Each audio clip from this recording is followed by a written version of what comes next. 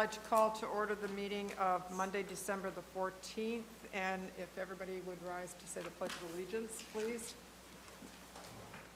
I pledge allegiance to the flag of the United States of America and to the republic for which it stands, one nation, under God, indivisible, with liberty and justice for all. Thank you. The clerk would please take the roll. Councilmember Archibald. Here. Councilmember Ashford. Present. Councilmember Beeden. Here. Councilmember Lamb. Here. Councilmember Moserak. Here. Councilmember Pemberton. Mayor Rapp. Here. We have the minutes from the regular meeting of November the 23rd. Is there a motion to receive and file? So move, Madam Chair. Councilmember Ashford, supported by Support. Mayor Pro Tem Archibald. Is there any changes to the minutes? All those in favor, please indicate by saying aye. Aye. Any opposed? The minutes will stand as submitted. We do have two presentations tonight. If the clerk would please read the first one. Police Chief Platzer will introduce the city's 3 new police officers, Zane King, Evan Leto, and Zachary McIntyre.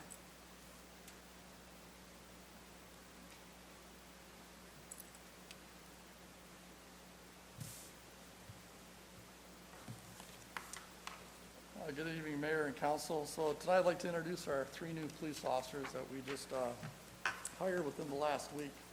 So the first one is Officer Zane King. He's a Marysville resident, 2017 Marysville High School graduate, and he's a graduate of SC4. He actually has 2 degrees from SC4. He has one in general studies and one in applied science, and his major is criminal justice.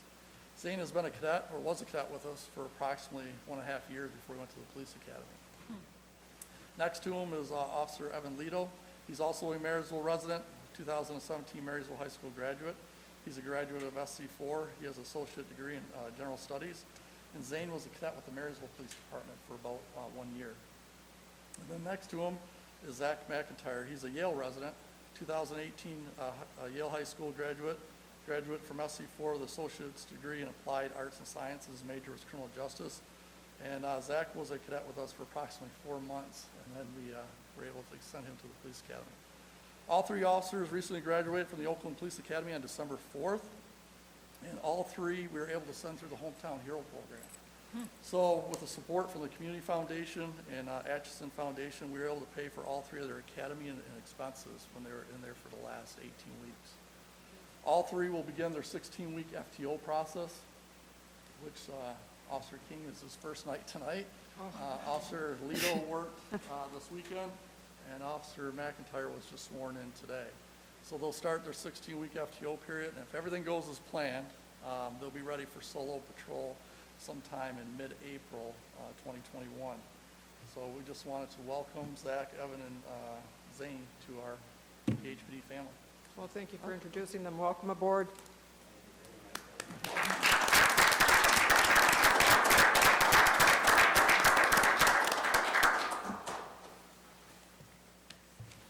And then we have a second presentation by Chief Platzer, which the clerk will read too, please. Police Chief Platzer, Lieutenant Young, and Sergeant Esch will give a presentation on the virtual Neighborhood Watch program.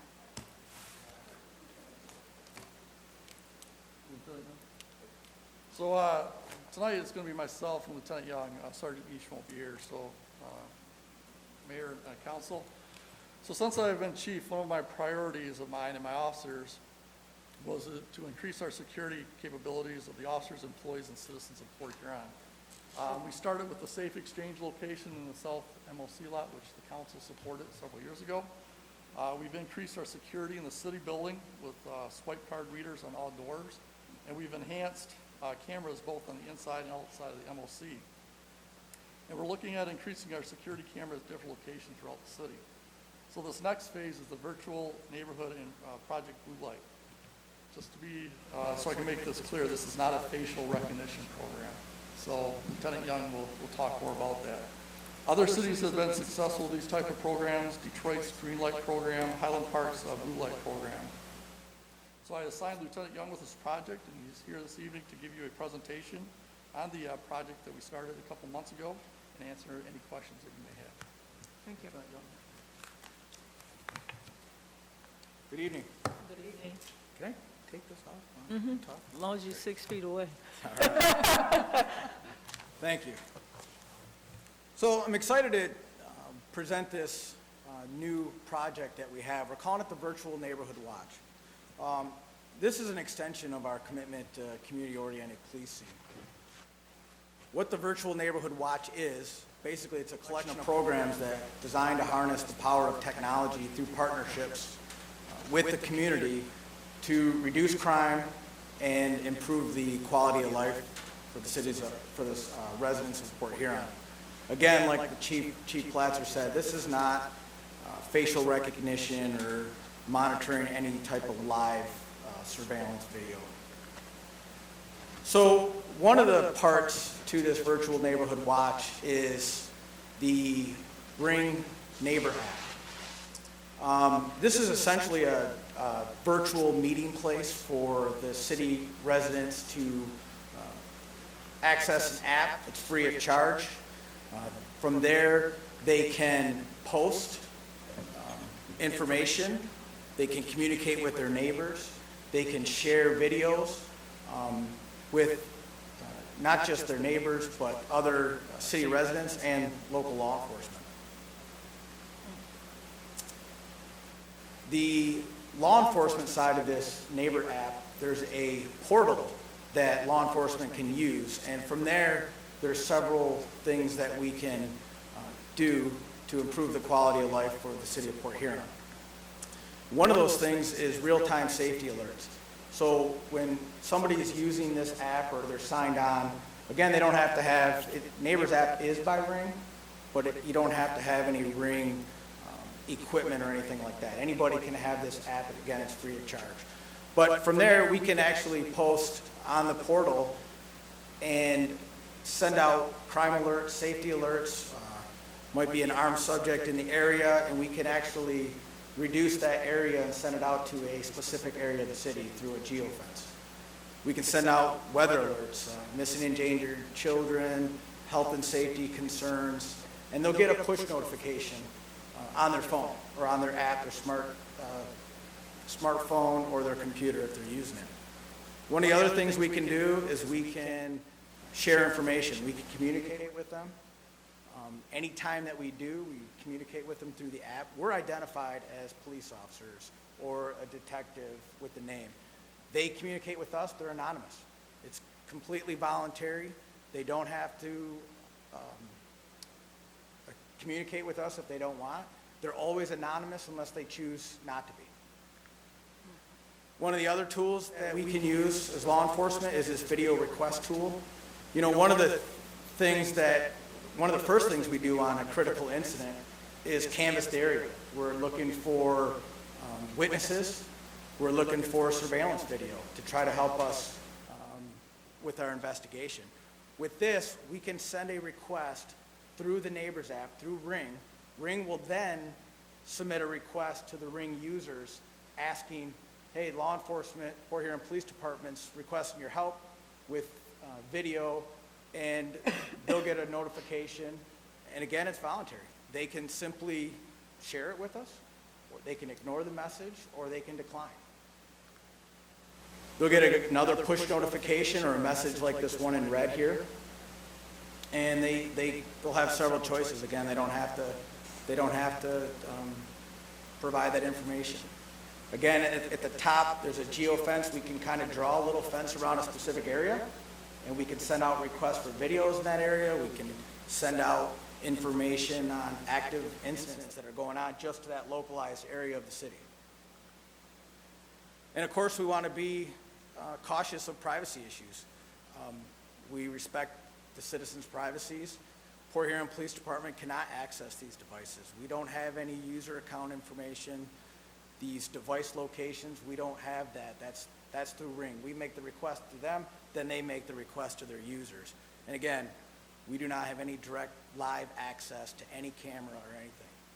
One of the good parts about the Neighbors app is you don't have to have the Ring devices to share video. You could have video systems from other companies and still share that on the Neighbors app.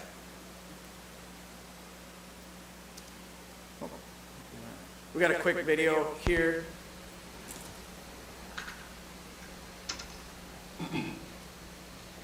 So we had a stolen auto. Officers went up to the north end a few months ago to investigate.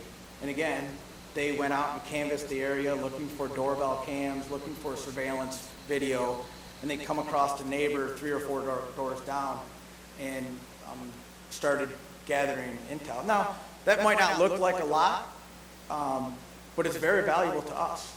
We can narrow that, we can get an idea of what the suspect's description is, what time of night or what time of day this happened, and we can use that for a specific approach.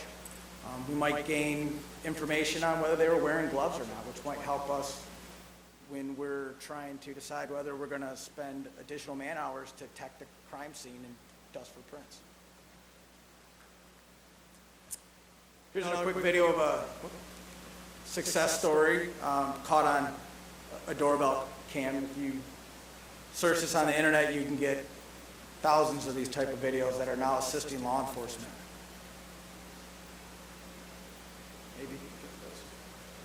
The alleged kidnapping at a front door in California. Home surveillance showing a woman banging on a neighbor's door pleading for help. Police say her estranged boyfriend is then seen dragging her away by her hair. They studied that video and where they rescued her. Here's ABC's Kana Whitworth. Tonight, the man in this video is behind bars. The terrifying attack captured on the neighbor's doorbell camera. Police say the woman was running from her estranged boyfriend. She's kicking and screaming as the man grabs her hair, violently drags her away, and threatens to kill her. It happened in this neighborhood in Arcadia, California, just before midnight Sunday. Police got the video on Monday and moved in, rescuing the woman and arresting 27-year-old Robert Michael Mendez, who police say was holding the woman against her will in his home. The video was turned over to police by the homeowner in this case, but the company Ring has video sharing relationships with more than 400 police departments across the country, what they call the new Neighborhood Watch. And David Mendez was booked on charges including attempted murder, kidnapping, and false imprisonment. The woman was so badly hurt, she had to be taken to the hospital. David? Kana Whitworth. And the Ring partners, again, there's over 400 law enforcement agencies across the country, and that number is quite higher now, too. One of the other parts to this virtual neighborhood watch is Project Blue Light. This is similar concept to Detroit's Project Greenlight. Highland Park has a similar program. And essentially what this is this Blue Light, Project Blue Light, provides these local businesses with a blue light that we have partnered with that have advanced surveillance. Now, similar to with the Project Blue Light, I think citizens associate the blue light with police and safety and security, and we want to kind of build off that and have them associate this blue light on these local businesses with advanced surveillance. I think this will benefit the city residents. There's studies that shown that potential criminals will deter, and that's really what we want. We want to deter the crime from happening in the beginning.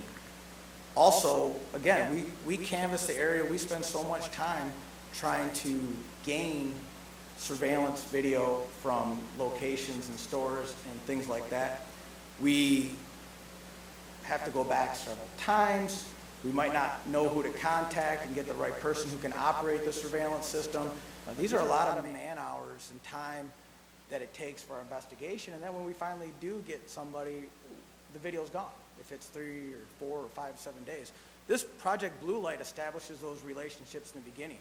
We're able to have these partners, we'll have their information in advance. We'll know who to contact. We'll know where these videos are and where they participate.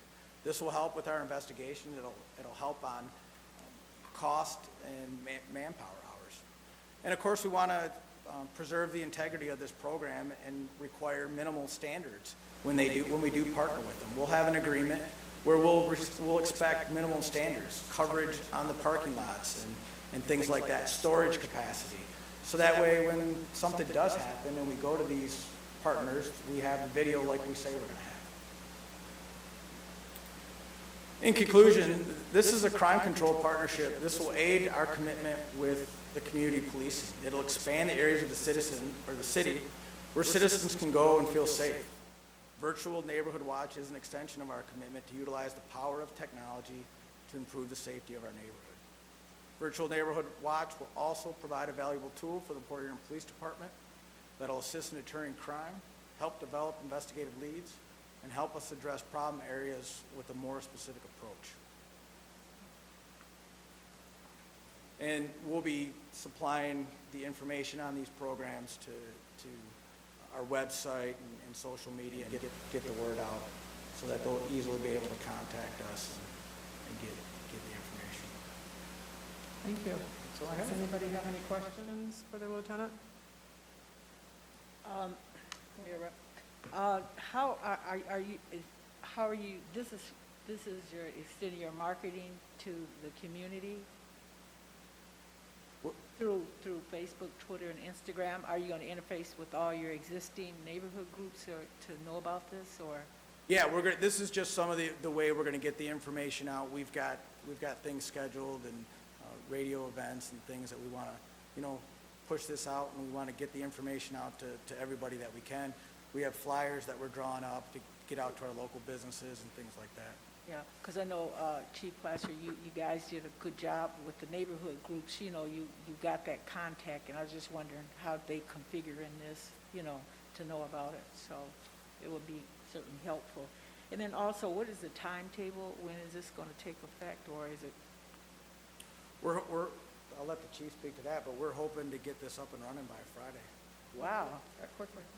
So the virtual neighborhood will be up. We're going to do training with our command staff, our officers, our detectives. So that part of it, we'd like to have done by Friday.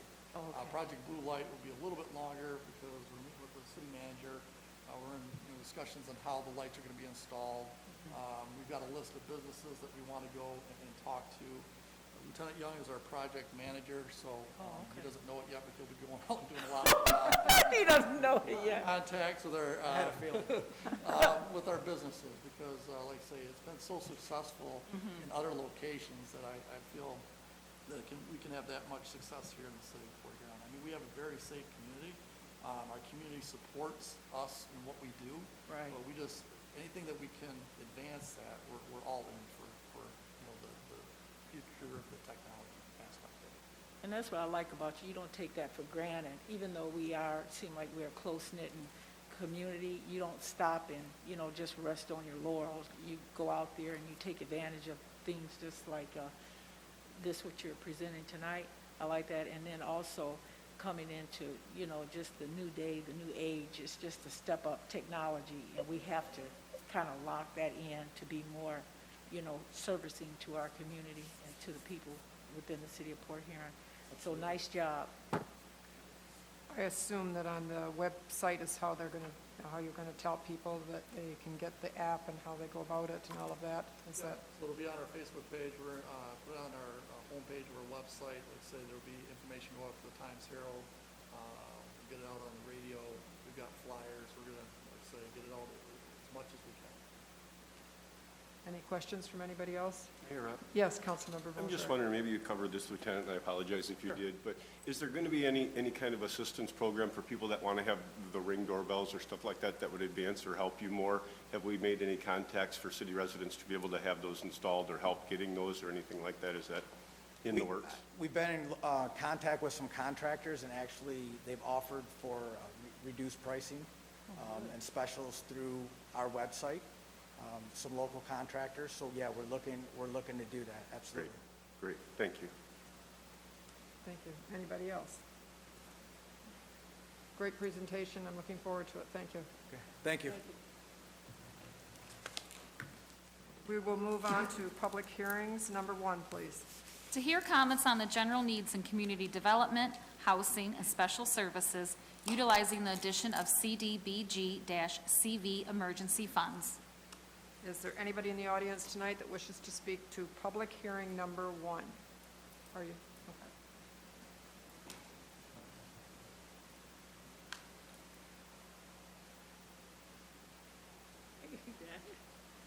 Good evening, Mayor, council members. I'm here tonight. I touched briefly on this at the last council meeting, but I think it's important that we kind of, first, let's take a step back. I'm kind of startled, I picked up Saturday's paper, and this is the first public meeting tonight on the CDBG funding and stuff. And it appears according to the Times Herald record, that a lot of this money's already been appropriated or promised to different divisions.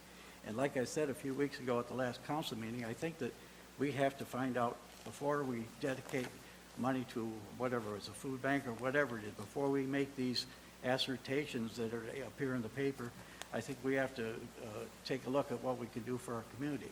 Right now, today, we set a record across the country with vaccine for the flu and virus thing and stuff. Yet I fail to see any, basically, other than the St. Clair County Health Department, I don't see any public agency that's grasped this. And I think with this CARE money, we should be using this money to help ourselves. We have probably the largest police force, we have the largest fire department in St. Clair County. And I think that we should have some kind of initiation to use some of this money to get our officers and stuff vaccinated and our firemen and stuff vaccinated. We have 2 hospitals, the largest in probably the entire thumb. And I think our goal would be to spend some of this money before we spend it on a food bank. I think we'd be better off to spend it where the locals would get an advantage with it. Thank you very much. Thank you. Is there anybody else in the audience who wishes to address us on public hearing number 1? Seeing no one, I will declare public hearing number 1 closed. We will move on to public comment. Now is the time if you want to address the city council on any item either on the agenda or under our jurisdiction. Please come up to the podium, give us your name and address, and you have 4 minutes.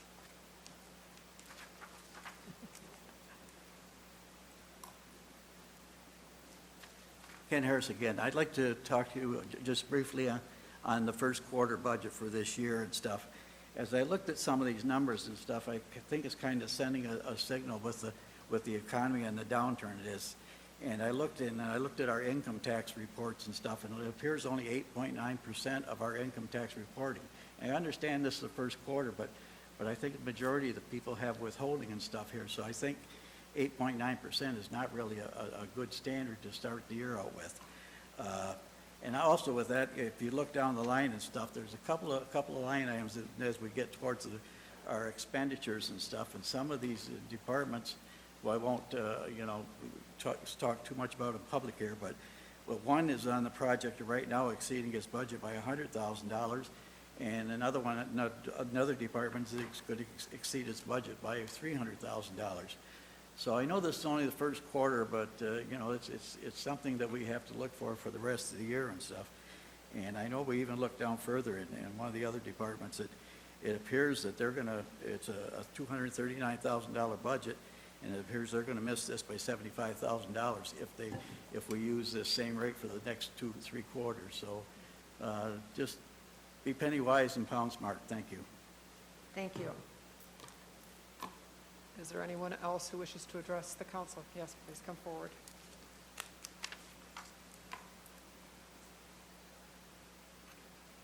Good evening, Mayor Rep and council members. My name is Barbara Payton. I'm at 825 Prospect Place, and I'll keep this brief. I want to address the issue of the need, in my opinion, for some speed bumps, a crosswalk on Prospect Place across from Pine Grove Park. I like what I'm seeing takes place so far with the Christmas lights. It's been wonderful, and the expansion of things and activities that are taking place in the park that normally would have taken place this summer had it not been for the pandemic. And we do have a huge issue, especially since the pandemic, with it becoming a raceway in front of our homes. And I know that's taking place in other areas of the city. However, this is a public park. We have had several incidents where neighbors have noted that children have nearly been struck down because of people coming around from Thomas Edison Parkway and speeding in front of our homes and literally going from 0 to 60 until they get to that stop sign and almost going out of control into in our yards. We've also had an issue with people that are handicapped. There's no way for them to safely cross in front of my home, in front of any of our homes there to get over to the park. So a man in a wheelchair was nearly hit one time with someone coming around. I do have video of some of these incidents when I've sat on my porch and been frustrated and waited for numerous hours to see any of the issues that I'm listing here. And our police force has been wonderful with tending to many of the people that take off in front of Prospect Place and then on to Pine Grove Park. However, the issue is whenever someone's sitting there, they know there's a police car, so they do slow down, so the officers aren't necessarily going to see any incidents that's, or, noticing in the neighborhood. So I have talked to a civil engineer, a friend of mine that came out, who's connected to civil engineers in Ann Arbor, Detroit. They've done traffic studies. She gave me information on traffic calming, which I'm looking into now and gathering signatures from the neighborhood. So if you'd just look into this matter and possibly, consider looking into any kind of speed bumps or crosswalk, we'd appreciate it. That's something that we would forward on, and I'm sure our city manager will, to our traffic study committee. Okay. Who should look at it to begin with. Great. Thank you very Okay? much for your time. Thank you. Thank you for bringing it forth. Appreciate it. Is there anyone else in the audience who wishes to address the council this evening?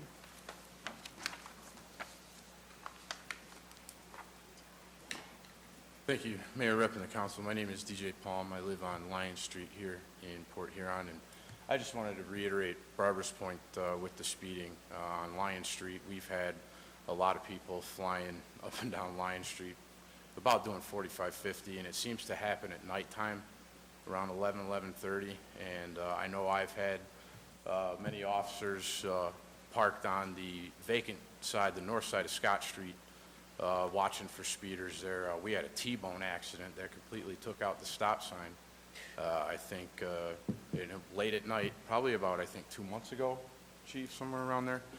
And thankfully, that roadway now has been paved, I imagine, thanks to the Rebuild America grant money that has come down or wherever it came from. Thank you for fixing the street, at least. One other thing, the signs. 12th in Lion, 11th in Lion, they're turned the wrong way. They've got Lion marked as 12th Avenue and 12th Avenue marked as Lion. So that's just one thing that I saw there. So other than that, that's all I got. I'd like to give you back the time. Thank you. Thank you. We'll look into that. Thank you. Is there anyone else who wishes to address the council this evening? Seeing no one, I will declare public comment closed. We will move on to the consent agenda. Is there a motion? So moved. Thank you. Mayor Pro Tem Archibald, is there a second? Second. Councilmember Beeden. You can take the vote. Councilmember Archibald? Yes. Councilmember Ashford? Yes. Councilmember Beeden? Yes. Councilmember Lamb? Yes. Councilmember Moserak? Yes. Mayor Rep. Yes. Items on the consent agenda, authorizing the submission of a grant application to the Ralph C. Wilson Jr. Legacy Funds in the amount of up to $25,000 to assist with program development, purchase of equipment, and implementation of a Learn to Ice Skate program for area families, teens, and children at McMorran. Authorizing the submission of a grant application to the Ralph C. Wilson Jr. Legacy Funds in the amount of up to $50,000 to assist with the design and construction of a non-motorized pathway and bike trail with related amenities in the Sandboard Park Nature Area. Adopting the 2021 Federal Poverty Income Guidelines and Policy for granting or denying poverty exemptions. Appointing Councilmember Jeffrey Pemberton as the council representative to serve on the city's Planning Commission.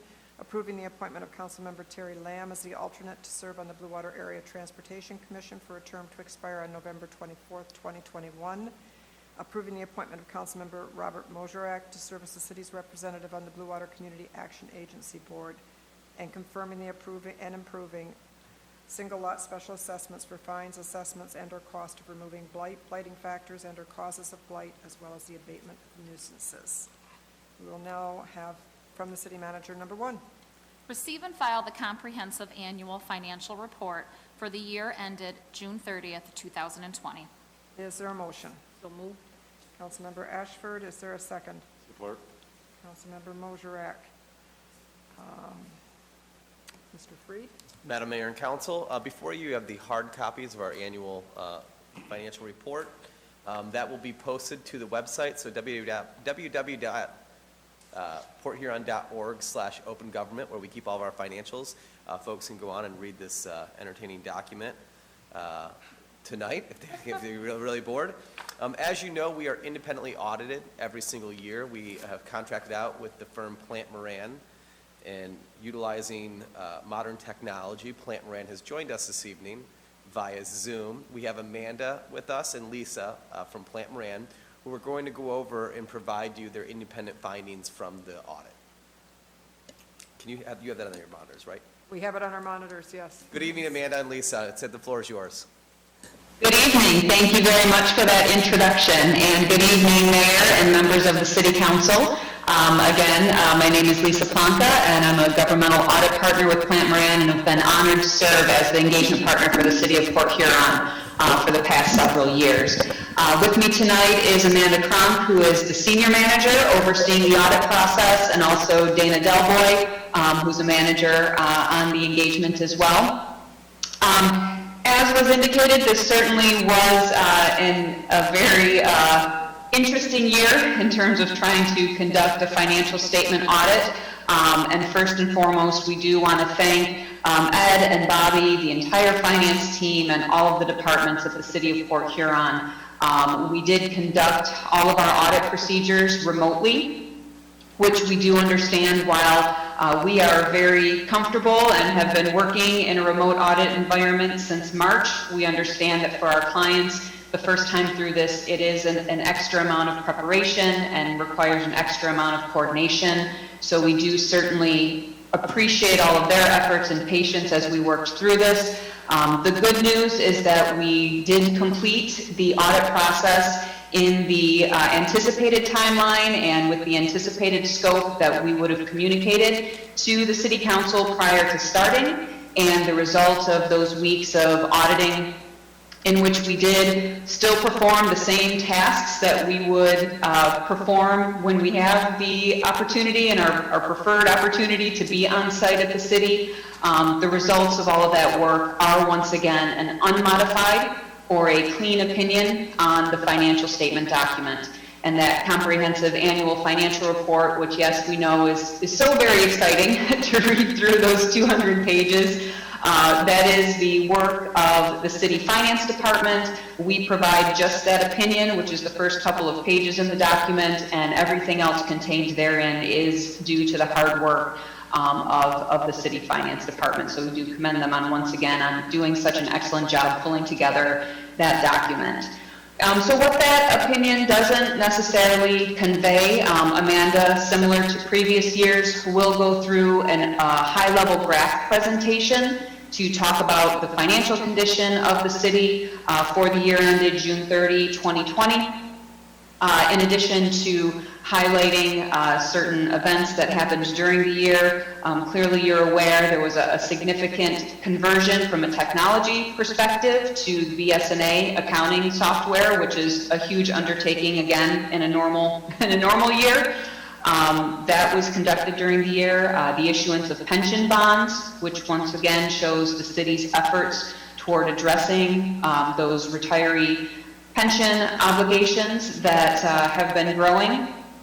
And then also we saw some capital projects and continued investments in the city's infrastructure that occurred during the year. So again, while it certainly was a challenging year, we expect that 2021 will continue to show challenges, as has already been brought up tonight, in terms of uncertainty in certain revenue sources. We again do commend the city for all that was accomplished during this June 30, 2020 fiscal year, and look forward to sharing those comments with you.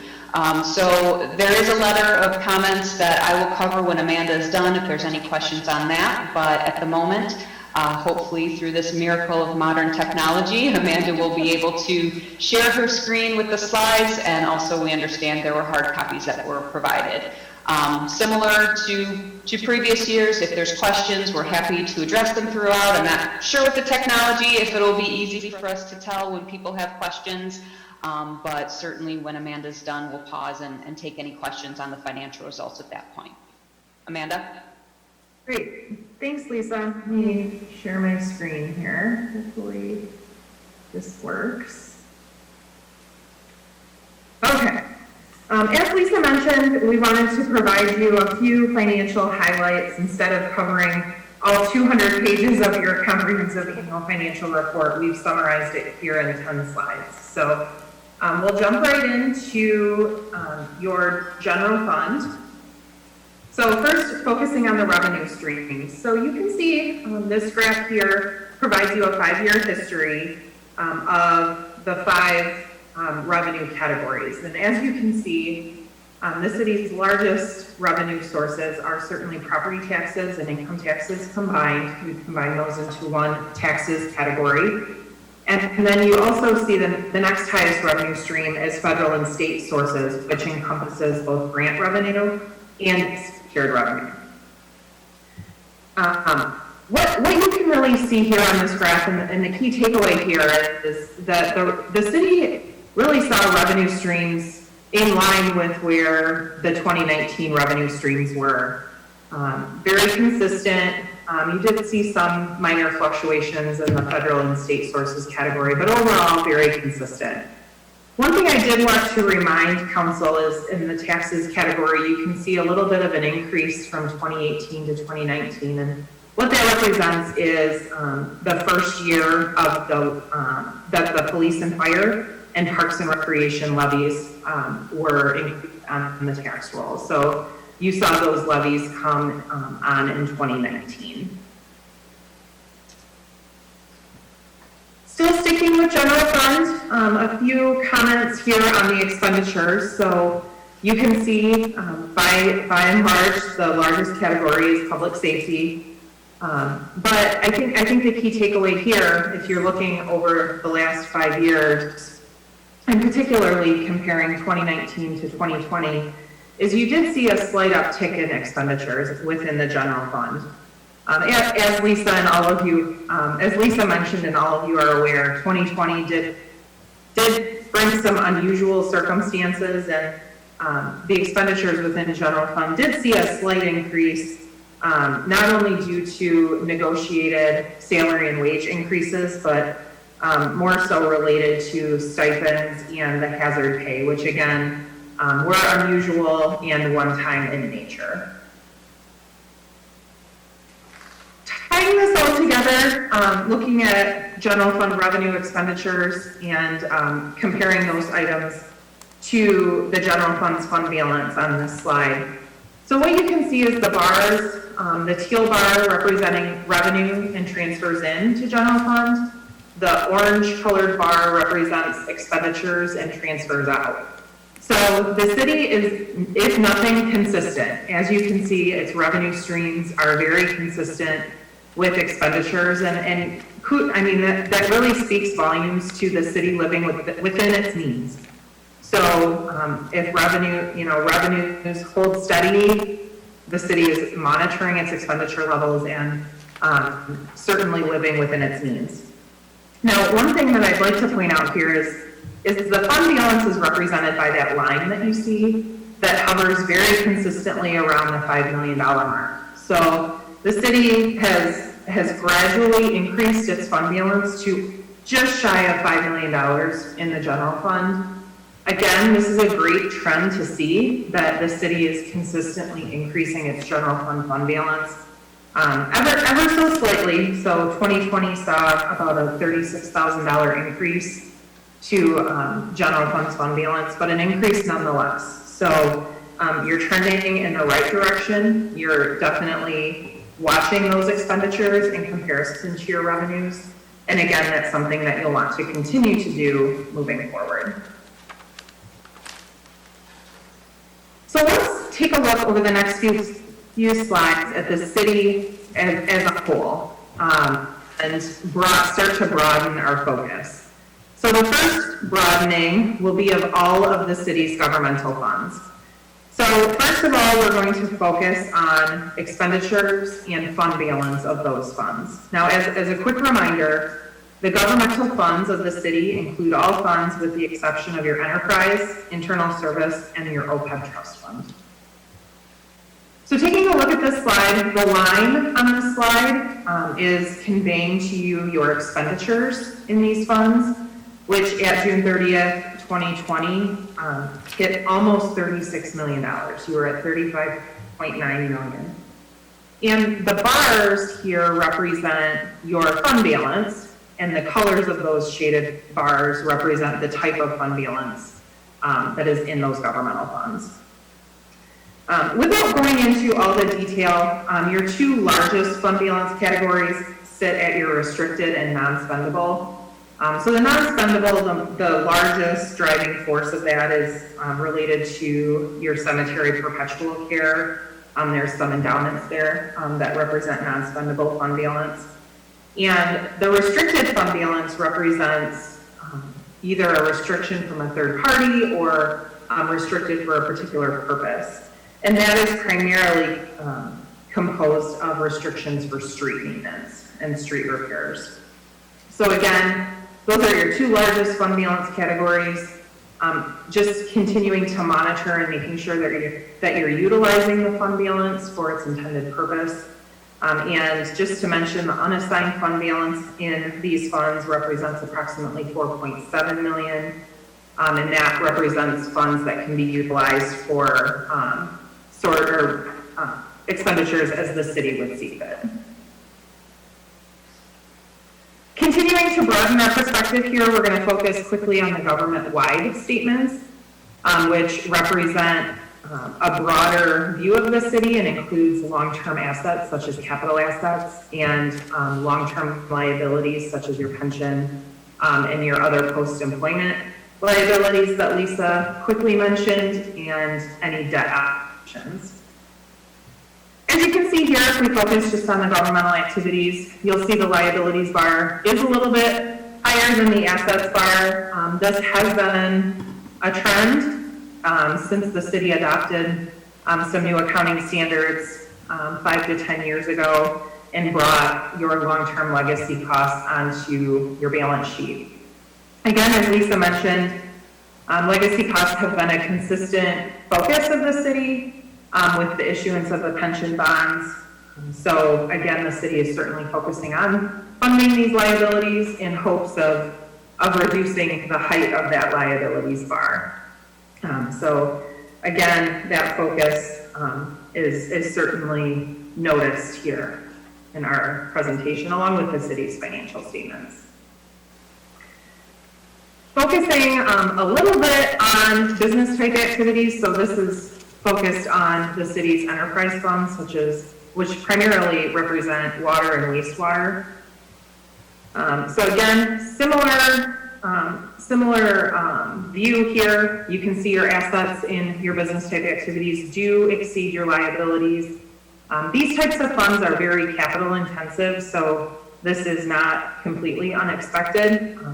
These liabilities do include your business type activities allocation of your long-term liabilities, your legacy costs, so pension, OPEB, and longer-term employee liabilities are allocated here and are reflected in that liabilities column.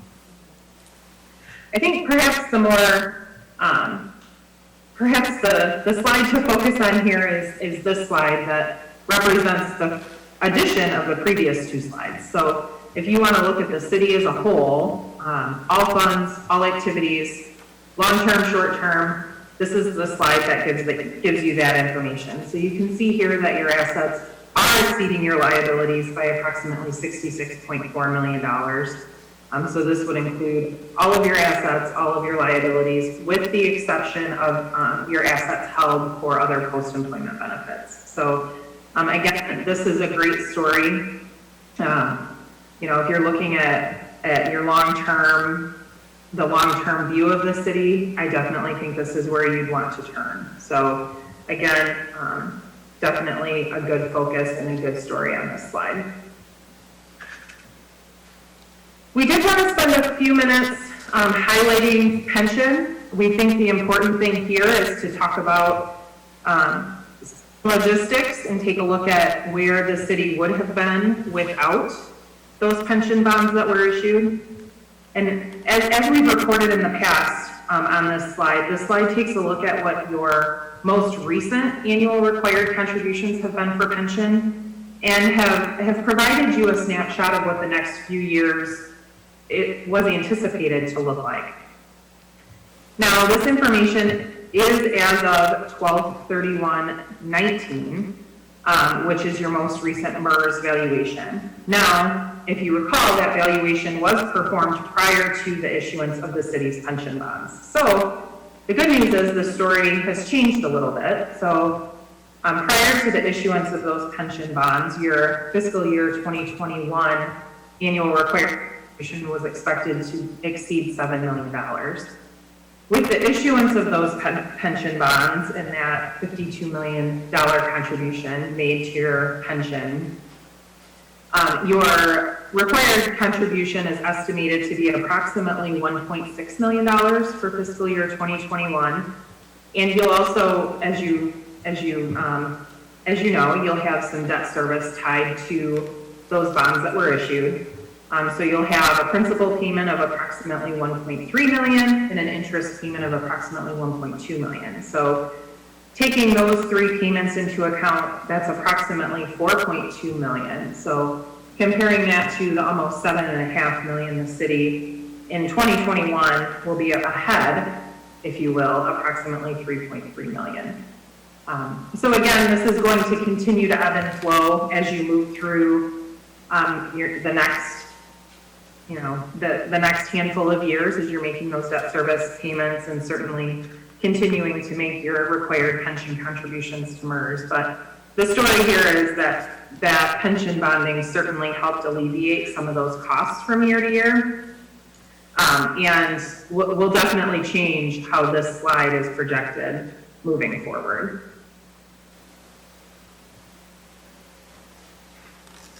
Just to touch on your water and wastewater funds quickly, the next two slides cover highlights of those funds, and the key here really is to focus on the table that's on the right. So the table on the left gives you a holistic view, which would include all revenue and all expenses.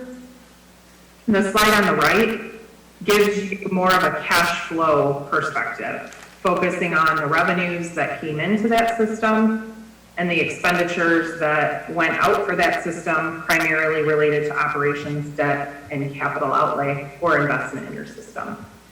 As you can see on the next two slides, the revenue did outweigh and did exceed the expenditures, which is a byproduct of the city really focusing on its rate structure, making sure that the rates are covering the costs associated with the users utilizing the system, along with making capital investments. So infrastructure in these two systems is costly, and the city really has done a nice job of focusing on those costs and investing when necessary, and just investing in that system for the future. So as the city continues to focus on these two systems and ensuring that the rates are in line with the expenditures incurred, that will really be key here moving into the next few years, is ensuring that those are aligned properly. So as Lisa mentioned, we'll take a quick pause here if there are any questions. Madam Mayor and Council, I just want to add, in addition to that presentation, we will receive our next valuation probably in May, in middle of May. They will close out that data for December 31st of 2020. Since we deposited the $52 million into pension bonds, into the fund, our fund has gained between $12 and $14 million. So we've taken that $52 million and we've now made it about $66 million. So we're doing very well. It was timed right and done right. We anticipate a very good valuation, and we completely believe that we will exceed our savings of $3 million on an annual basis. Yes. Yep, it was the largest restructuring in the state of Michigan last year, and the first under the new legislation. I think everybody's going to have to turn their mics back on again if we're going to ask questions. Yep, I heard you. Yeah. Is there any questions for the auditors? Great presentation. Can you hear me? Can you hear me all right? It's hard Yes, to- I can hear you. Oh, I was gonna Just say, fine. great presentation, and sounds like we're in pretty good shape, so I appreciate that. Thank you. Just take a moment again to thank Ed and Bobby for going through this process. This is a process where they had to scan mass sums of data. It was a complete pain. I mean, this was just doing this process digitally was an immense amount of work for our staff, and Bobby did it without any complaints and got it done. And so I just really want to thank Ed for his leadership on that and his team for getting it done. You would never have known how much more difficult this audit was because they just got it done. Yes, Councilmember Ashford. Yeah, did you foresee anything going into 2021 that we should be mindful of?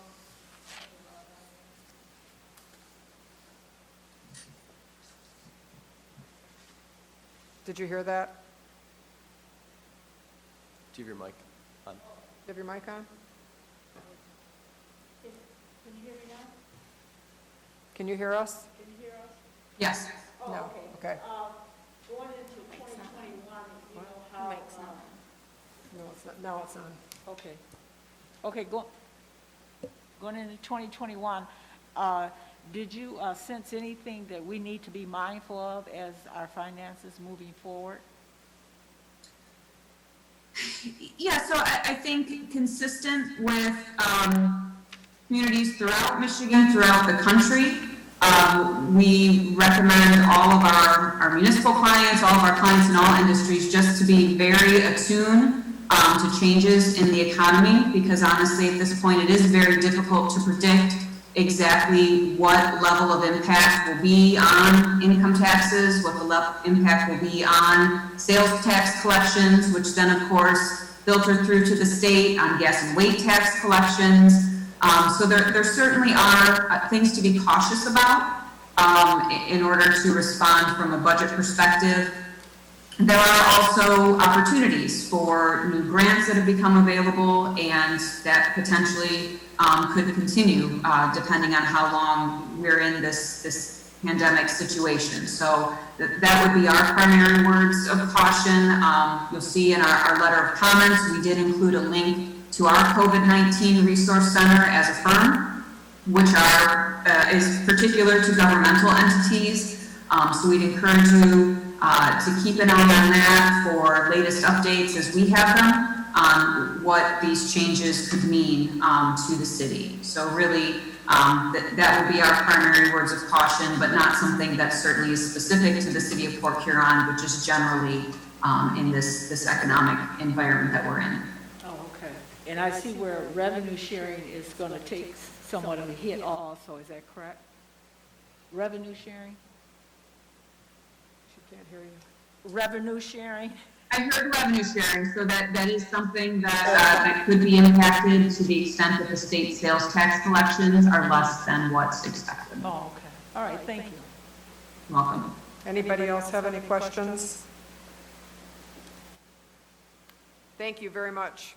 Thank you for. Thank you again. We appreciate the efforts of the city, and we hope everyone has safe and healthy holidays, and we expect to be back in person just as soon as we can be. Hopefully, we're not doing this next year. Thank you. Thank you very much. Have a good night. Great job. Thank you. Okay, well, then we have the report for us for receiving and filing. We've had the motion and second. We've had discussion, so we can go ahead and take the vote, please. Councilmember Ashford? Yes. Councilmember Beeden? Yes. Councilmember Lamb? Yes. Councilmember Mosherak? Yes. Councilmember Archibald? Yes. Mayor Rep. Yes, we'll go on to item 2. Receive and file the quarterly financial report for the 3-month period ending September 30th, 2020. Is there a motion? So moved. Mayor Pro Tem Archibald, is there a second? Support. Give it to Terry. Councilmember Lamb. Okay, Mr. Freed. Madam Mayor and Council, I told you in the summer I would stop back after the first quarter and give you a financial update to the city. I have a brief presentation here. I'll just quickly hit the highlights for you. Are we just going to scroll down through this? That's fine. Let me turn this off here, so I'll screw that up. There we go. Our first quarter, you can take the next page. Our first quarter, we're doing pretty well. We're about 7.71% over in revenue when compared to last year. About $234,000 in additional property tax revenue, but you can base that on the standard 1.9% inflationary rate that was applied to our assessor's office. Income tax has increased by $133,000. However, it's way too early to gauge the long-term effects of the pandemics. You see quarterly taxes done by employers and corporations. We haven't seen the bulk of income taxes yet, which will come towards the end of the year. So it's really the big question mark out there is what is the overall income tax going to be? With that in mind, we have been diligently seeking grant funds for reimbursements. We've brought in about $646,000 of grants, whether that's CARES Act money. So what we've done is we've been going to all the webinars, the Treasury webinars, and hearing what they present. The mayor's gone to the MML ones, I've gone to the MML ones, and the state treasurer's office will kind of drop a nugget like, hey, we're looking at this. We went to the state budget. In the state budget, there was, when they adopted the CARES Act funding, they put in pockets of money for like $300 million for first responders, $60 million for hazard pay, all this stuff. So when we go to the state budget and identified those pots of money, we waited until Treasury announced on how to apply for those money. So we were able to recuperate about $500,000 in wages from March and April. We will go through a second round of that. We anticipate getting some additional funding, probably $200,000 to $300,000 more. We're able to 100% get our hazard pay reimbursed. So it was about $92,000. So we're doing well on seeking additional dollars into the pocket right now to put those into the kitty in case we need them to reimburse some of these costs. So it is a lot of work to identify these funding sources and to get in line fast. A lot of them are first come, first serve. We've done our part. When we apply for these grants, we then call our neighboring communities and let them know, hey, this opportunity is out there. So we've worked hard to share the knowledge of what we found with our fellow communities. Our interest has declined as well just because the market, so we're about $67,000 down what we would have expected in our interest and revenue from that. We'll continue to monitor the revenue as well, but we'll go to the next side, and this is the opposite side of the equation. Here's the overall the revenue. We're up about just shy of $1 million across the board, but remember, a large portion of that is going to be from grant funding and identifying CARES money, getting our applications in for the hazard pay, for the first responder reimbursements, and also some of our cleaning cost reimbursements. If you could take us to the next slide, Bruce. On the opposite side of the equation, we're looking at expenditures. We're actually doing very well in our expenditures. We're about 24%. You'd anticipate us to be at 25%. For those funds who are trending more than 25%, those are often annual costs. There would be annual membership dues, a bill, insurance, or something like that comes in once a year, and it's often paid in the first quarter. So you can't really base a four-quarter trend off the first quarter, especially when those annual payments are made through those various line items. So we're actually doing very well. We're under budget across the board.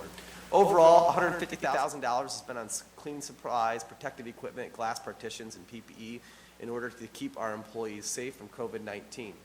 We have had, out of about 220 full-time employees, about 400 employees if you count part-timers. We've only had 14 employees contract COVID-19. Of those 14 employees, not a single person has contracted COVID-19 from work. We do our internal contact tracing. We've been able to contact trace all of those exposures to outside of work, which means these mitigation measures we have in place are working. The PPE, the glass, the partitions, our protocols, our sanitization schedule, they're working to keep our employees safe. We are proving that we can operate in a safe and effective model. So that's cost that, when it comes to protect our employees, we don't put a dollar amount on it. So we're able to recoup a lot of those costs through FEMA reimbursements, and so our emergency management office is working with FEMA to reimburse a bulk share of those costs. Can I ask a question? Yes, go ahead. I know, why weren't we included in the number two round, the COVID payouts? We were. We were? Oh, okay. I thought we Are you had speaking skipped for one. FEMA reimbursements? Oh, no, I know FEMA, but the regular COVID, the one that you sent out, the communication where we got money on the first one and the third one? Yeah, it was a typo. You're talking about CDBG dollars? Oh, it was a typo? Yeah, Oh, okay. we've been in, Okay. yeah, we've been in through all of it. Oh, okay. Going back to the general fund, the parks, so there's two sides of the equation. We really throttled back expenses when we didn't know what this was going to look like. So we know there's an outlier of income tax, and so you can't, as much as we try, we can't remove a question mark. We're working within blinders on because we don't know what the full impact is that could be. So we have to do a more conservative model and deploy cost-effective measures now to reduce expenditures. So throughout the summer, we furloughed non-essential workers through a voluntary furlough program. So if you could take the summer off and we could consolidate jobs and share job boards, we furloughed about 30 to 40 workers. We've also held back on a lot of expenditures in our parks and recreation. So in total, there's more than $184,000 in savings there that we were able to throttle back on. You'll also see that other expenditures across the board have been throttling back as well. Programming costs, operational costs, we've been really trying to tighten the belt because we just don't know what the full impact on the revenue side is going to be. And so we don't want to, live high off the hog now and then find out, 6 months to 9 months from now, oh, we have an issue. The time, the time to address that is now. And so we've been very, very, very, very diligent in watching our expenditures and reducing costs wherever we can because we just don't know the full impact. So there's the cost reduction strategy, mitigating unnecessary expenditures that aren't needed. And then there's also the strategy of finding additional dollars through grant reimbursements, whether it be CARES Act funding, first responder reimbursements. We're really just like scavengers looking all over the state budget and through Treasury to find additional dollars. We've been successful there. So between those two efforts, I really feel like we're in a good position to mitigate the income tax issue, whatever that may be in the springtime. But we just don't know for sure. So overall, we are doing well. It has been a very good first quarter. I'm very proud of the staff for tightening the belt, for deferring costs and avoiding costs if necessary, to searching out those additional dollars. When we apply for these grants, you see $600,000, but you don't see the back-end reimbursement going through payroll, finding which reimbursements are acceptable to Treasury, getting those properly reported to Treasury through the state database into the website.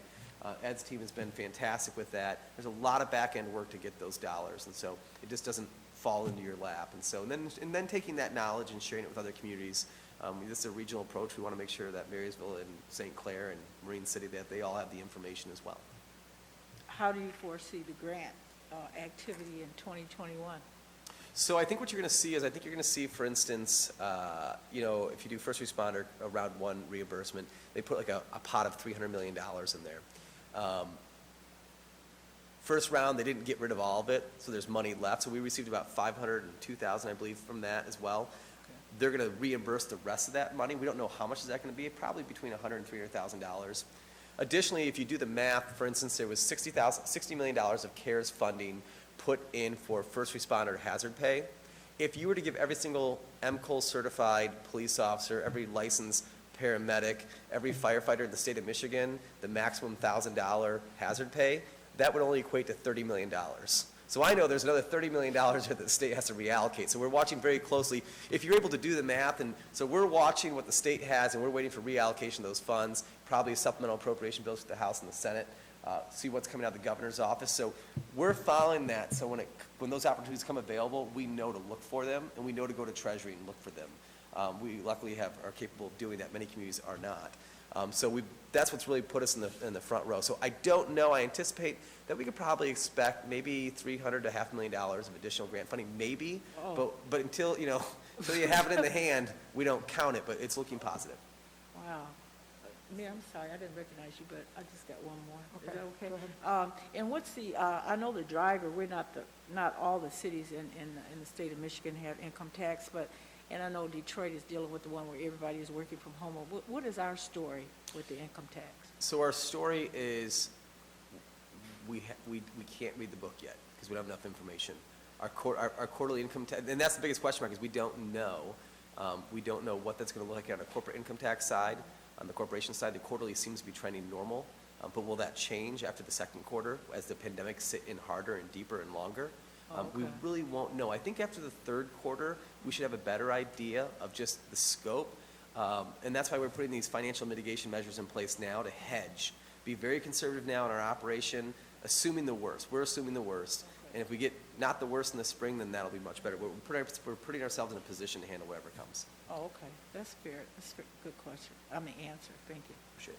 I assume, expanding on that what's going to happen is people, in some cases, have it taken out of their paychecks. Well, until they actually file their return, they might ask for a refund because they haven't really. Went to work? Yeah, made the amount of money that they would have normally made. So that's where you're going to really probably have an issue too. Correct. And also unemployment, the $600 of CARES Act funding that went through unemployment, that is not, per our charter, unemployment is not taxable income. Right. So for a large population, we had a big spike in our unemployment, that is not taxable income. Right. Okay. Yeah, so I don't think we'll probably know until, what's the deadline, April to file your taxes? Yeah. We probably won't know until after that. No, no. So, no, I agree, we need to be conservative up to that point. We know what it is, but we just don't know how much it's going to hit. Correct. Okay. Questions from council? Comments? I appreciate all the efforts you put in to try and make sure that we get as much money as we can get. Oh, I have one more slide. Oh, okay. Sorry about that. Go ahead. There we go. Ed worked hard on this PowerPoint. You don't want to miss one. Here, Ed, I thought you were asleep. Here you go, this is the general breakdown of where we're trailing. The largest cost driver in the cost year over year is our collective bargaining agreements, which included the 5% increase across the board in lieu of closing the pensions. So we have additional wages, but again, we have a $3 million annual savings from our pension cost to offset those wages. It was a grand bargain, and it worked out well for us. Any comments, questions? Oh, there's still Still another one. more? Boy, All right, boy. this is again just covering the pension bonding. We don't know what the final results of the evaluation will be. We anticipate it'll be over 80%. But based on how the market's doing right now, we believe that our next valuation is going to be far above what we expected. And you did say the revenue sharing was probably about flat? Correct. Okay. Okay, now I'll ask again. Any questions? I'm going to hit you in the head. Okay. Okay. Thank you. Thank you for the presentation and for your work, and Ed, for your work in your department. And we will take the vote. Councilmember Beeden? Yes. Councilmember Lamb? Yes. Councilmember Mosrak? Yes. Councilmember Archibald? Yes. Councilmember Ashford? Yes. Mayor Rep. Yes. Item 3, please. Accepting the quote from Matrix Fitness in the amount of $37,368.02 for the purchase of new workout equipment and updates to the city's workout room. Is there a motion? So moved. Councilmember Ashford, is there a second? Support. Councilmember Mosrak? Madam Mayor and Council, as you know, we have an employee wellness center. Well, first and foremost, as you know, we self-fund our healthcare costs. So the healthier our employees are, the more our healthcare costs are reduced. That's why we focus on a lot of health programs and health and wellness programs among staff, encouraging getting your flu shots, getting people to their annual checkups, because all these measures to offset additional healthcare costs really save us a bottom line. One of those things is our wellness center. We have a wellness center. Our equipment is very old. A lot of it has been donated by staff, employees. I believe your yoga mat's still up there, Yeah, Mayor my Rep. yoga mat's still Throughout the years. But it does get heavy use because police officers get off shift. Employees go up there at lunchtime and walk on the treadmills. They can put it a couple miles in. A lot of the employees do like Pilates classes and yoga classes at lunches to really encourage a culture of health, of good health. The Atchison Foundation and Jim Atchison, they heard about the need of our equipment being aging and falling apart, and they graciously offered us a $25,000 donation to this wellness center so that our police officers could have a safe place to go and maintain their fitness routine along their hectic schedules. As you know, a lot of these guys work 12-hour shifts. They can't go home because they got court in the morning, so they can go up there and work out for a while and then go to their courts, and it gives them really the flexibility. In addition to the era of COVID, we're able to do sanitizing and protection of our employees far beyond what other gyms do. And so it really provides them a safe place to work out. With the Atchison Foundation, we told them if they donated up to $25,000 that we would match that. So right now you have a match right now to $37,000 for the equipment. This will be state-of-the-art equipment. This will be the, as you know, I look like I go to the gym a lot, but there's a lot of weights and things that gyms have that I don't know how to use, but it'll be a pretty state-of-the-art facility for our folks to use. The remaining $13,000 that would be in that budget is for carpet, paint, some lighting upgrades up there because it is kind of dark, and so we'll be able to bring those underneath the threshold for those individual items, but overall it'll be about a $50,000 project into that gym and probably about a 30-year fix for that. We are planning to roll out additional wellness programs through our Human Resource Department in the spring to to encourage more employees to use the gym, to log their time in the gym. Right now, if you log a certain amount of hours, you can get a hoodie or a sweatshirt after, some certain amount of days in the gym. But again, that reduces our annual health care costs on an annual basis by having more health, because we self-fund our health care. Thank you. Questions from, yes, Councilmember I just, Mosrek. in recently joining council, I had the opportunity to take a tour, and city manager took me through that workout facility, and if you have not been up there recently, it definitely needs some renovation and new equipment, and I think it would encourage the staff to use it a lot more as well, so I think it's a great idea. Thanks. Thank you. Any other council have questions? Or This would comments? not be possible without Jim Atchison and the Atchison Foundation. I mean, they're just so gracious to come and do this. This is not, this type of investment is not, it's seen in the health and well-being of our employees. It was a direct investment to our first responders, and so we would not have brought this to you. There's no way we could afford the additional $25,000 if it wasn't for Jim Atchison and the Atchison Foundation. Well, please pass along our thanks to him. Yeah, it's well worth it. Anybody have anything else? We will take the vote. Councilmember Lamb? Yes.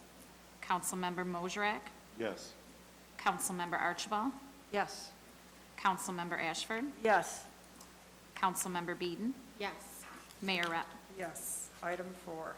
Accepting the quote from Crawford Door Company, overhead door of St. Clair County, in the amount of $7,554.58 for the replacement of the rear apparatus bay door at the Port Huron Fire Department's Central Station. Is there a motion? So moved. Support. Councilmember Beeden, supported by Councilmember Ashford. This is budgeted, right? No, this is not a budgeted item.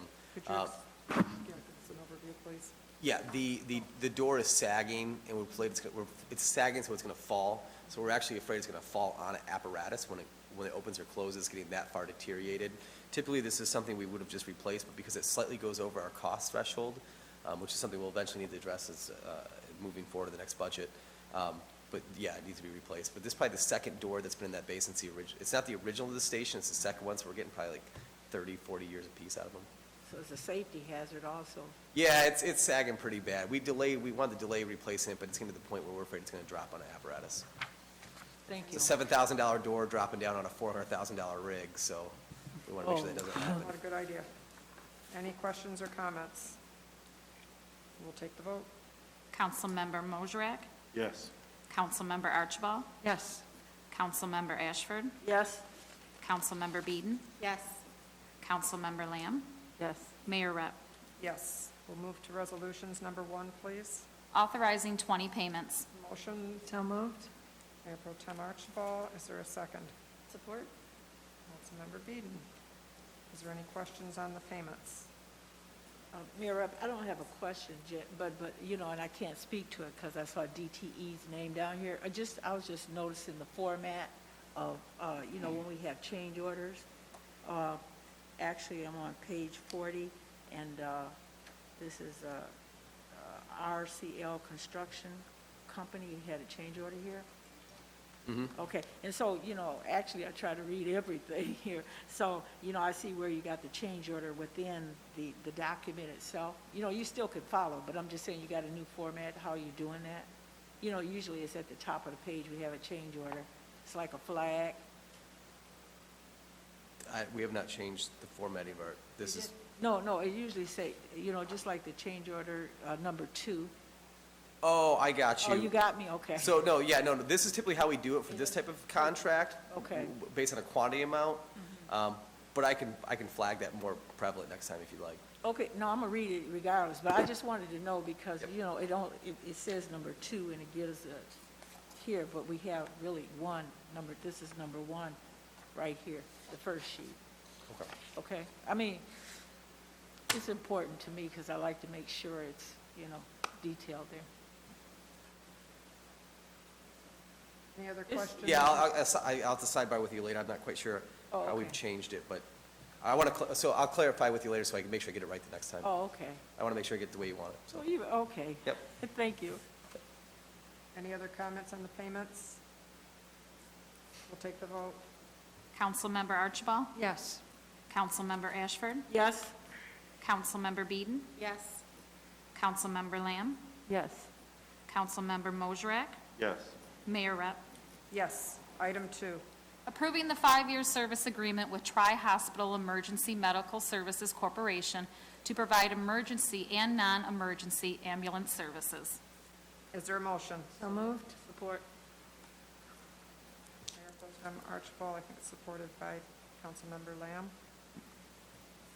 Madam Mayor and Council, our current agreement is from the 1980s with Tri-EMS. Tri-EMS and their team do an absolutely outstanding and incredible job. They are a world-class operation, some of the most talented, professional paramedics and EMS workers and frontline workers. They've done a tremendous job. Sometimes we forget about the EMS and the paramedics. If it hasn't, this pandemic has reminded us of one thing, that these really are the backbone of our community. As you know, we do not run an ALS system through our fire department. We rely on Tri-Hospital for the EMS and ALS transport for emergencies and medicals throughout the city. Our fire department responds to medicals across the city, but we do not transport. Nothing is changing about our relationship with Tri-EMS. The only difference is we've had this standing agreement since 1980. Well, the state would like us to review it and approve it every 5 years. This is something that they wanting to see across the board, so communities at least review their relationship every 5 years. So nothing will change at all. We will just keep doing this every 5 years, reviewing it and approving it. They've done a wonderful job, but this is, again, something the state wants everyone to review. When they did their last inspection of a community downriver, they had not reviewed it every 5 years, and they got nicked on their annual inspection. So this is kind of like us seeing what they're wanting to see across the state and putting that in place. But Tri-EMS and Tri-Hospital, they do a wonderful job for us, and their team has just been fantastic to work with. Any questions, comments from council? We'll take the vote. Councilmember Ashford? Yes. Councilmember Beeden? Yes. Councilmember Lamb? Yes. Councilmember Mosherak? Yes. Councilmember Archibald? Yes. Mayor Rep. I will have to abstain. I'm on their board of directors for Tri-Hospital EMS. We'll move on to item 3. Approving the 5-year interlocal agreement for St. Clair County to approve a designated assessor for the period of January 1st, 2021 through December 31st, 2025. Is there a motion? So moved. Councilmember Ashford, is there a second? Support. Councilmember Lamb? Madam Mayor, this is required now under state statute that we have a designated assessor. Should something happen within our assessing office, someone could step in besides our assessor to make a correction or make a change if need be. And so hopefully we'll never need them. If we do our jobs right, we'll never need this designated assessor. But the idea is if Port Huron made a mistake and it needed to be corrected, there need to be someone outside of our agency to correct that. So we're all contracting with the county for this. I like that. The cost, I believe, is $250 a year. Any questions, comments? We'll take the vote. Councilmember Beeden? Councilmember Lamb? Yes. Councilmember Mosherak? Yes. Councilmember Archibald? Yes. Councilmember Ashford? Yes. Mayor Rep. Yes. Item 4. Adopting a revised schedule of fees effective January 1st, 2021 for various sections of the Code of Ordinances and other user-specific fees. Is there a motion? So moved. Support. Mayor Pro Tem Archibald, supported by Councilmember Ashford. Is there anything in there that you feel that you would like to address, or just the normal? No, we are just, one of the things is we're addressing a lot of it for the marijuana because the ordinance changed as well. We did adjust the rental cost on an annual basis from 60 to 100, but we kept it down for the second unit. So if you have multiple units, so if you have an apartment complex with 4 units, you're not going to get charged $400. There's a reduced rate for the additional units after that. We also removed the $500 deposit for the new rental property. So if you have a new rental property, you have to give us a $500 deposit. Well, the problem is that goes into escrow. We can never touch it, but we have to administer it. So there's actually no point for it. We can't go after it if there's an issue. It's just taking $500 unnecessary from a landlord and putting it in escrow. Now, if we could go after that, if there was an issue or something like that, that's one thing, but we're essentially we're not making interest on it. We're just taking $500 and putting it in an account for no reason. It's becoming cumbersome. There's no value to it. So we would like to remove that so they can just come in and get their rental certification. Their certification's on a well, hopefully a 2 or 3 year or 4 year renewal will be fine. So this is one of those things where it's just completely unnecessary and it's causing more burden on our staff to facilitate and administer and serving no value. And so it sounds great, we take $500 into deposit and put it in escrow, but if we're not getting any value out of it and can't use it, then it's really just unnecessarily a burden on the landlords.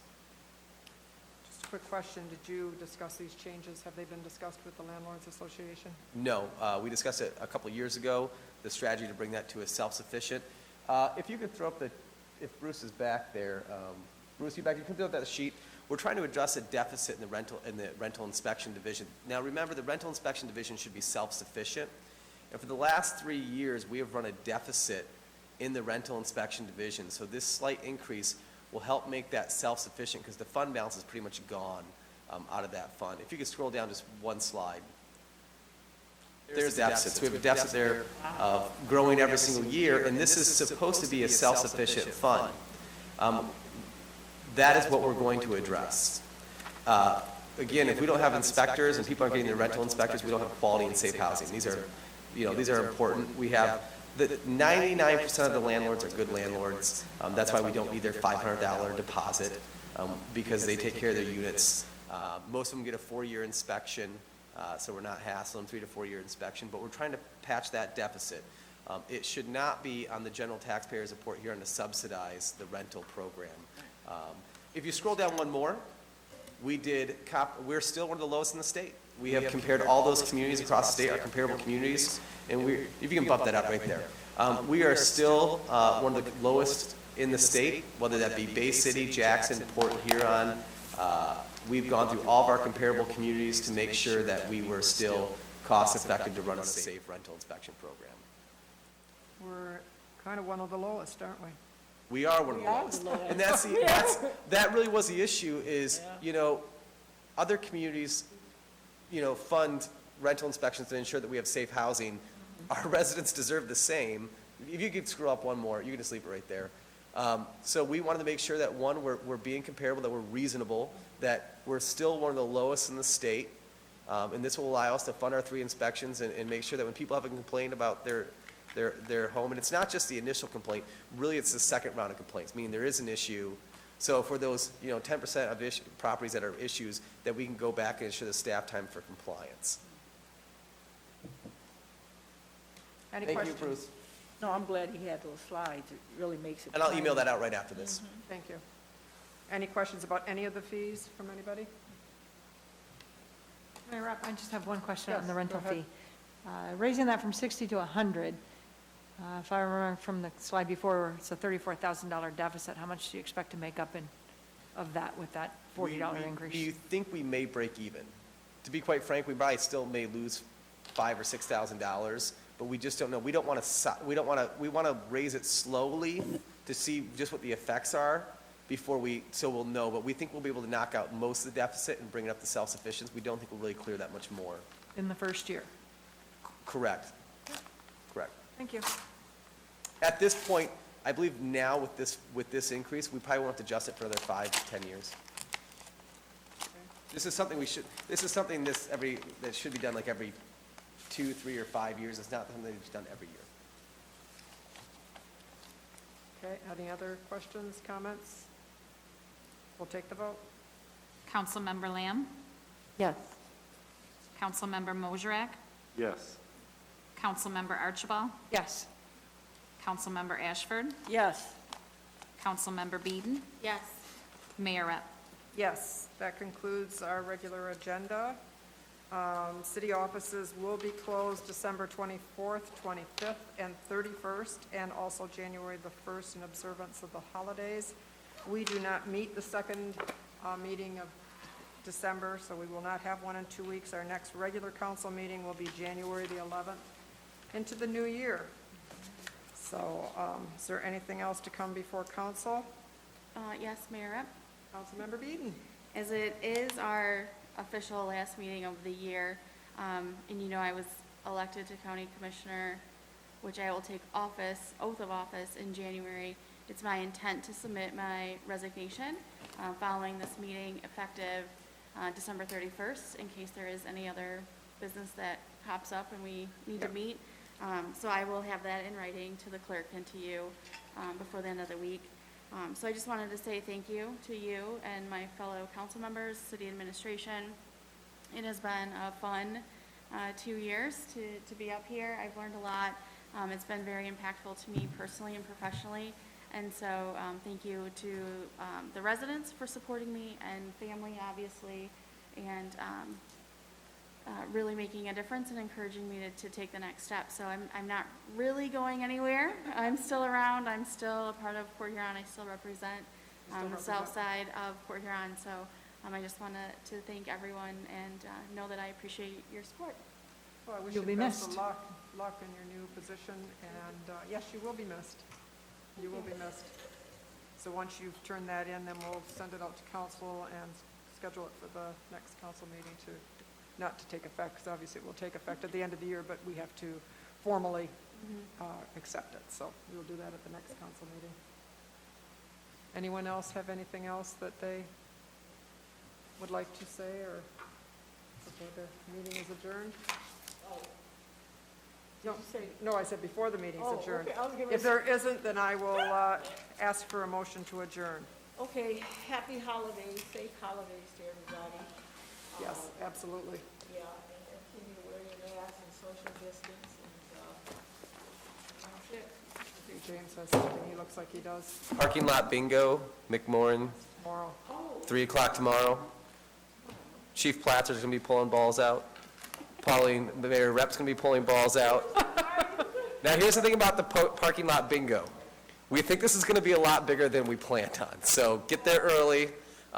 The response to this has been, there's kind of like those quirky things that kind of take off and go viral.